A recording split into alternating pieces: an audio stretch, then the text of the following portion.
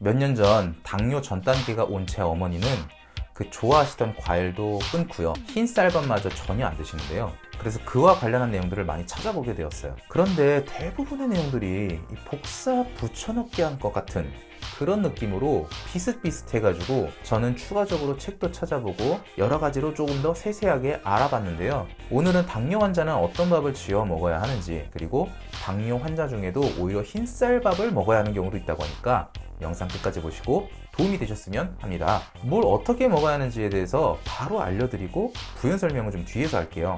먼저 현미밥을 베이스로 잡곡을 섞어서 드시면 돼요. 이러한 내용을 처음 접하는 게 아닌 분들이라면 강황, 흰강낭콩, 녹차가루 등에 대한 내용도 이미 알고 계실 것 같은데, 그래서 이러한 내용들은 혹시나 처음 접하실 수도 있는 분들을 위해서 영상 뒤쪽에서 다루도록 하고요. 오늘 말씀드린 이 현미밥은 소화 및 흡수를 느리게 하는 동시에 포만감도 흰쌀밥보다 높아서 많이 못 먹게 되는 밥이에요. 게다가 특유의 식감으로 인해서 천천히 먹게 됐을 뿐이 없는데요. 이 모든 것들이 함께 작용을 하면서 자연스럽게 당지수도 낮게 나오게 돼요. 이것에 대한 비밀은 바로 수용성 식이섬유에 있는데요. 바로 이 수용성 식이섬유라는 것이 현미밥을 먹어야 하는 중요한 이유인 것이죠. 수용성 식이섬유는 천연에서 얻을 수 있는 콜레스테롤 약 또는 당뇨 약이나 마찬가지로 알려져 있는데요. 콜레스테롤의 흡수를 억제하고 식후혈당량 상승을 억제하는 역할에 매우 뛰어나다고 합니다. 또한 우리 몸에 기본적으로 있는 이 장내세균은 몸에 들어온 수용성 식이섬유를 가지고 단세지방산이라는 것을 만들어내는데요. 이 단세지방산이 하는 것이 무엇이냐면 콜레스테롤을 떨어뜨리는 역할을 또 하기 때문에 아무래도 당뇨 환자는 이 수용성 식이섬유를 섭취하게 될 경우에 좋은 효과를 보실 수 있게 되는 거죠. 그런데 이 수용성 식이섬유는 사과하고 미역을 제외하면 통곡물에서만 섭취할 수 있다고 해요. 통밀, 통보리, 현미, 귀리, 콩류 등에서 얻을 수 있고, 그러다 보니까 이 중에서 흰쌀밥을 대신해서 주식으로 먹을 수 있기가 가장 수월한 것이 현미밥인 거죠. 그래서 현미, 거기에다가 귀리나 통보리 또는 콩류 등의 잡곡을 섞어서 현미 잡곡밥을 드시라고 추천드리는 거예요. 그 다음으로는 어떻게 먹어야 하나에 대해서 알려드리자면요. 우선 전체적인 식사량도 줄이셔야 해요. 무엇보다 밥의 양을 줄이는 것이 중요한데요. 뒤에서도 언급하겠지만 당뇨 환자라고 해서 꼭 흰쌀밥을 못 먹는 것은 아닌데요. 기본적으로 과거부터 지금까지 우리 식단은 이 흰쌀밥을 포함해서 탄수화물을 상당히 많이 섭취하고 있죠. 저탄고지가 유행성처럼 도는 다이어트 식단 중에 하나인 것으로 여겨지는 경향이 있는데, 사실은 그게 아니라 우리의 몸의 대사를 정상적으로 돌리기 위해서는 당연히 실행해야 되는 식단이라는 거 혹시 알고 계셨나요? 저탄이라고 하니까 흔히들 탄수화물을 극도로 제한하거나 아예 안 먹어야 되는 것처럼 생각하시는 경향들이 있는데요. 말 그대로 저탄수화물이지 무탄수화물이 아니에요. 탄수화물은 우리 몸에 꼭 필요한 필수 3대 영양소 중 하나로 섭취를 하지 않거나 필요 수준 이하로 섭취한다면 이것은 곧 영양 불균형을 초래하게 되거든요. 그런데 이미 우리는 넘치도록 많은 탄수화물을 평소에 먹고 있기 때문에 저처럼 저탄을 주장하는 사람들은 그 양을 줄이자는 게 핵심 내용이에요. 그래서 특히나 당뇨 환자는 과식은 절대 금물이고 탄수화물 섭취량을 좀 줄이셔야 합니다. 그러면 얼마나 줄여야 하는데? 하실 텐데요.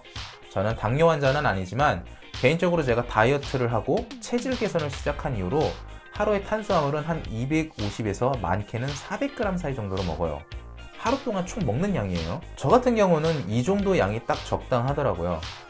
근데 어떤 분들은 난 이게 너무 적은 것 같다 하시는 분들도 계실 수 있겠죠. 그러면 조금 더 드셔도 되긴 합니다. 아침, 점심, 저녁 하루에 3끼를 드신다고 했을 때 한 끼 식사당 120에서 180g 정도? 이게 조금 많다 싶은 정도 기준이에요. 그러면 하루에 360에서 540g 정도를 드시는 건데, 식당에서 나오는 공깃밥 기준으로 한 3분의 2 공기 정도? 많게는 한 공기 정도 수준이죠. 이 집에서 먹는 밥 한 공기하고는 사실 양이 좀 다르니까 혼동하시면 안 돼요. 그리고 이건 당연히 식사할 때 탄수화물 섭취 양에 대한 기준이니까요. 지금 말씀드린 이 양 외에 간식으로 빵이나 떡을 드시면 안 되는 거, 그 정도는 당연히 알고 계시죠. 춤추는 혈당을 잡아라 라는 책에서도 혈당을 안정시키는데 현미밥이 매우 좋다고 설명하고 있어요. 이 책에서 추천하는 밥 짓는 방법은 찹쌀 현미와 맵쌀 현미를 반반씩 섞어서 좀 껄끄럽지 않게 만들어주면 좋다고 하고 있고요. 거기다가 보리, 율무, 콩, 메밀, 흑미, 수수, 바라 현미 등 중에서 자신에게 맞는 몇 가지 혹은 한 가지를 함께 넣으면 혈당뿐 아니라 영양 부분에서도 좋다고 말하고 있어요. 그 외에도 추가적으로 무나 버섯, 연근, 다시마, 콩나물, 우엉, 뽕잎 이런 것들도 같이 넣으면 식이섬유도 풍부해진다고 하니까 각자 체질과 기후 등에 맞게 여러 가지 시도해 보시면서 내 몸에 맞는 방식으로 밥을 지으시면 될 것 같아요. 그리고 식사를 하실 때도 우선 천천히 먹는 것은 당연하고요. 순서를 어느 정도 지키는 것도 되게 중요한데요. 이것도 결론부터 말씀드리자면 탄수화물을 가장 늦게 먹는 것이 좋아요. 반찬 중에서는 단백질이나 지방 그리고 채소류 등을 밥 없이 먼저 드시면서 반찬 위주로 드시는 거죠. 식사 시간이 최소 10분을 넘겼고 내가 식사의 절반 정도는 한 것 같다는 느낌이 들면 그때서야 밥과 함께 식사를 하는 것을 추천드리죠. 저도 평소에 이런 식으로 먹고 있는데요. 밥 없이 반찬 먹으면 너무 짜거나 한 거 아니냐 하실 수도 있는데 기본적으로 당뇨 환자라고 하시면 분명히 저염식일 거고 당은 거의 안 들어갔을 겁니다. 그래서 밥 없이 반찬을 먼저 드시는 것도 입맛에 크게 무리는 없을 거예요. 추가적으로 2020년에 미국에서 한 연구를 했는데요.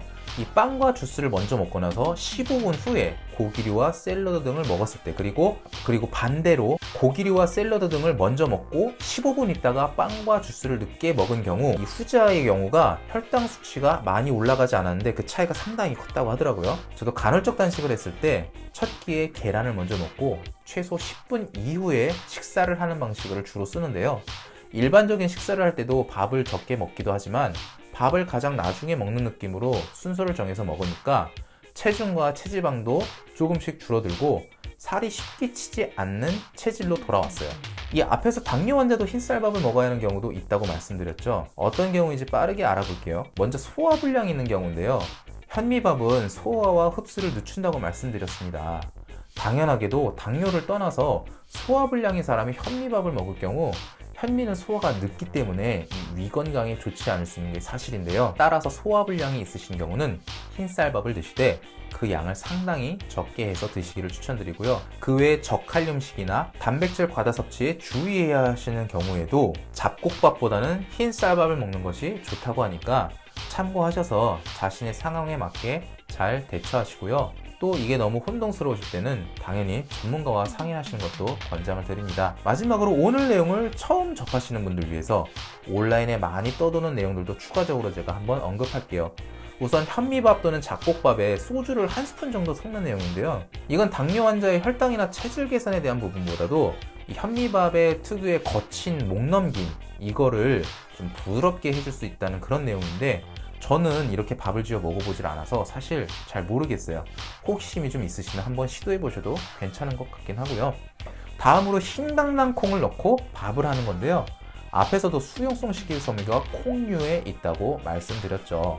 이 흰강낭콩은 저희 어머니도 밥할 때 넣어서 드시는데 혈당을 낮추는 대표적인 음식으로 알려져 있어요. 게다가 이탈리아에서는 미녀의 콩이라고 불릴 정도로 체중 감소에도 도움을 준다고 하네요. 보통 혈당 지수가 55 이하면 낮다고 하는데요. 이 강낭콩은 14라고 하니까 어느 정도로 낮은지 아시겠죠? 게다가 탄수화물의 흡수를 차단하는 그런 효능도 있다고 하네요. 이 흰 강낭콩을 한 5시간 이상 정도 불리시고 현미와 같이 넣고 밥을 지으시면 좋다고 하고요. 강낭콩의 하루 적정량은 한 30g 정도, 알수로 따지면 한 60알 정도라고 하니까 참고하세요. 그리고 밥에 넣으면 좋은 또 한 가지는 강황인데요. 강황에 들어가 있는 이 커큐민은 강력한 항산화 물질이고 염증 억제와 치매 예방에도 효과가 있다고 알려져 있어요. 쌀 2인분 기준으로 강황가루 한 티스푼 정도가 적정량이라고 하고요. 여기다가 후추도 한 반 티스푼 정도 살짝 뿌리면 흡수율이 높아진다고 하니까 기호에 맞는다면 시도해볼 만하다고 할 수 있겠네요. 오늘은 이렇게 당뇨 환자가 어떤 밥을 먹어야 하고 또 어떻게 먹어야 하는지에 대해서 알아봤는데요. 영상 뒤쪽에서는 이러한 정보를 처음 접하는 분들을 위한 배려로 넣은 내용이니까 참고 정도만 하시고요. 영상 앞부분에서 말씀드린 것들이 더 중요하기 때문에 그 앞에 있는 내용들을 참고로 하셔서 자신에 맞는 방법을 찾으시고 자신의 건강 생활에 도움이 되셨으면 좋겠습니다. 오늘 제 영상 하나만 보셔도 아마 당뇨 환자가 밥을 먹는 방법에 대한 온라인에서 찾을 수 있는 대부분의 내용이 담겨 있다고 생각하는데요. 이렇듯 저는 제 영상만 시청하셔도 될 정도의 충분한 정보 전달을 해드리려고 노력하고 있습니다.